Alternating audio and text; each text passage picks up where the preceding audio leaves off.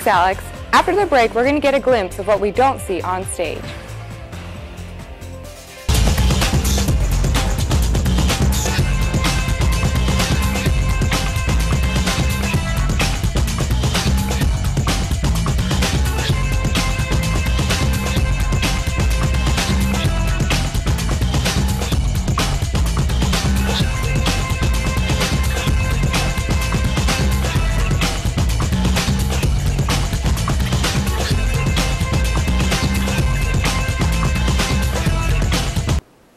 Welcome back to Winthrop Close-Up. I'm Zoe Irizarry. Ever wonder how actors always have the perfect outfit on stage? Nora Young takes us behind the curtain for a look at one of the theater department's most valuable professors. Great acting isn't the only thing that makes a character come alive on stage. The costume is just as important. Janet Gray understands this better than anyone. She is the Associate Professor of Theater and Costume Designer for the productions. She is often unseen by the audience, but not by her students. Janet is credited by them for being the one who makes the department run. She controls all the costumes, she runs them all, she buys the fabric, she keeps track of the shop. It's really great. She takes care of a lot. Many of the costumes created by Janet and her students are put together from scratch. Partly because I really like, I can control it a lot better that way. It can look exactly how I want it to look. Part of the point of the shop in the program is to give the students the opportunity to work through the process of going from an idea and a sketch to realized, finalized costumes in all the steps in between. And Janet is one of those lucky people who enjoys coming to work every day. Right, but I'm just giving spacing here. What I do in the building of costumes is terrific fun. It's always creative, it's always new and different. Everything we do is creating clothes for characters that are not us. But just because you don't see her taking any bows on stage doesn't mean that Janet Gray is undervalued. She is kind of one of the backbones of the department. She's the faculty advisor for Alpha Psi Omega, the theater honors fraternity. She also designs all the costumes and helps make the shop run, and she's generally pretty fantastic. I don't think she needs a spotlight to know that people appreciate her. To see more of Janet Gray's fabulous costumes, be sure to check out The Hungry Woman.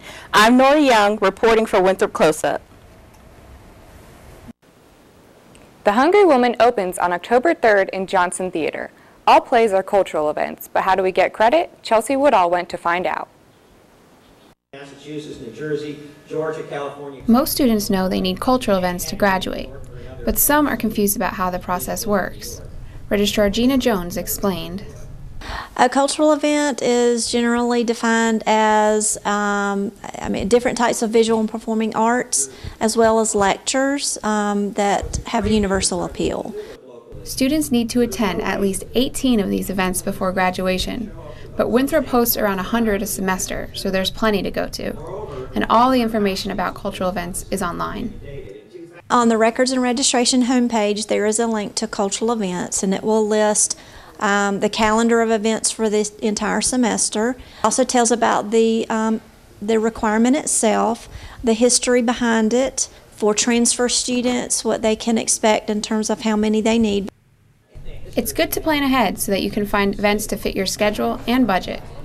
Once you get to an event, all you need is your ID to get credit for it. You don't have to worry if you forgot your card though. The cultural events monitors can help. They can actually fill out a little sheet of paper when you don't have your ID, and you just have to put down the name, date, and your Winthrop ID number. Some students have not been able to graduate because they didn't go to cultural events. So plan ahead and don't put them off. And remember to make sure you always get your card scanned in and out of every cultural event you go to. I'm Chelsea Woodall, reporting for Winthrop Close-Up. You can also get credit for events off campus by writing a one-page report and turning it in to Records and Registration with a ticket stub or program attached. From modern-day events to back-in-the-day displays, the Rutledge Gallery is a sight to see. Remnants, a collection of Rock Hill's visual alterations, is on display in Rutledge Gallery. The artwork on display features a wide array of photographs by New York photographer Mara Kurtz. The photographs taken of the city of Rock Hill were during the early 1970s. This was before the federal-funded beautification program. The photographs help show the industrial impact on the city's urban landscape. The gallery will be on display until early October. One businessman found a way to make his advertisements stand out. Kayleen McDonald went to find out how. These risque pieces of art were once advertisements in the 1940s and 50s. Students have the chance to check out Colonel Elliot White Springs' suggestive advertising campaign in the Rutledge Gallery. Springs took over the family business after World War II and knew he had to do something unique to get people's attention. The director of galleries, Karen Dirksen, explains how the art did just that. This sort of takes on a lot of genre, what we consider to be pin-up illustration, and then also tackling subject matters that were very sort of socially taboo for the time. Dirksen explains the advertisements and what they accomplished. He used a lot of what we call double entendre and pun and humor within these ads to then again sell what was his inherently uninteresting product, which was textiles and sheets and pillowcases at the time. Junior Sarah Keinert, who works in the gallery and helped set up the exhibit, gives her take on the art. I feel like they were really well done, and I can understand how much time was put into it, especially like some of the pieces over there, like you can see like the rough sketches and like the angles and stuff on them. So come find out for yourself why these advertisements aren't just any regular pieces of art. I'm Kayleen McDonald reporting for Winthrop Close-Up. Rutledge Gallery is open Monday through Friday from 9 a.m. to 5 p.m. The exhibit will be on campus until October 26th. While one entrepreneur uses visual art to showcase his product, another marches to a different beat. A Winthrop alumnus has been busy creating a venue for students and locals to show off art and play live music. We go to Mike Zumack for more.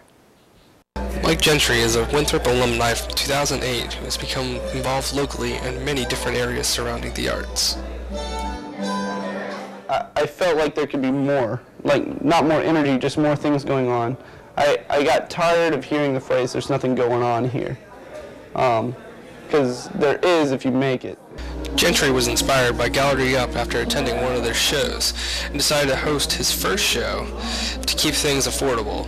He made the cover charge $3 for 3 bands. All the shows are about $5, and I bring in a lot of punk music, but I've also had avant-garde art performances. I've had country music. I've had indie music.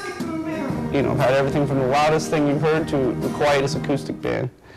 Gentry has been working to bring shows to Rock Hill that would have otherwise been in Charlotte, and over the last 2 years he has booked over 50 performances by artists from places like California, Ireland, and naturally Rock Hill. I mean, we have Charlotte, and Charlotte's great. I'm trying to bring some of that same energy and creative vibes from Charlotte and from other parts of the state to Rock Hill, kind of invigorate Rock Hill. The courtroom at Getty's is located 1 mile from Winthrop at the corner of Caldwell Street and East Main. Reporting for Winthrop Close-Up, this is Mike Zumack. Anyone interested in upcoming performances is encouraged to check out the courtroom at Getty's on Facebook. If you're interested in music but don't have a way to get around, there are also on-campus options. Winthrop University has its own gospel choir that can get you in the mood for music.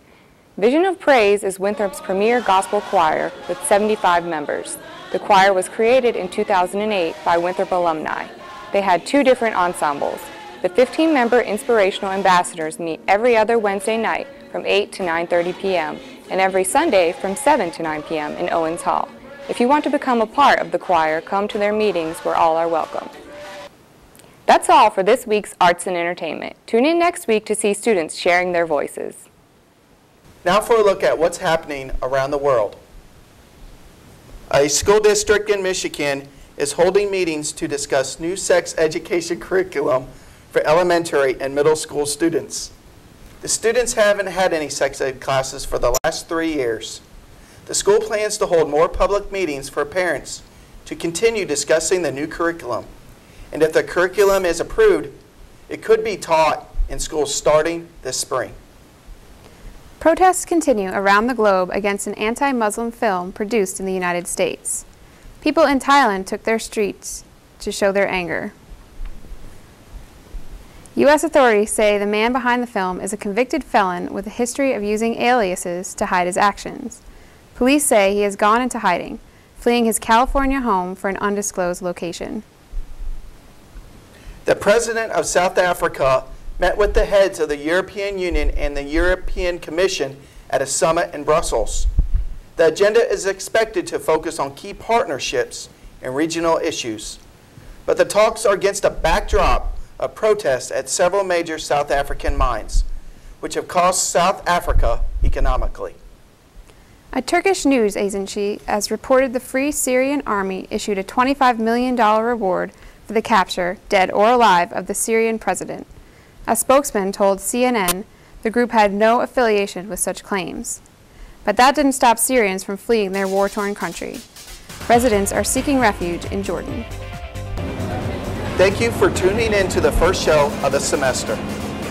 If you have comments or suggestions, email us at winthropcloseup@winthrop.edu or the Winthrop Closeup Facebook page. We now leave you with footage from the Democratic National Convention.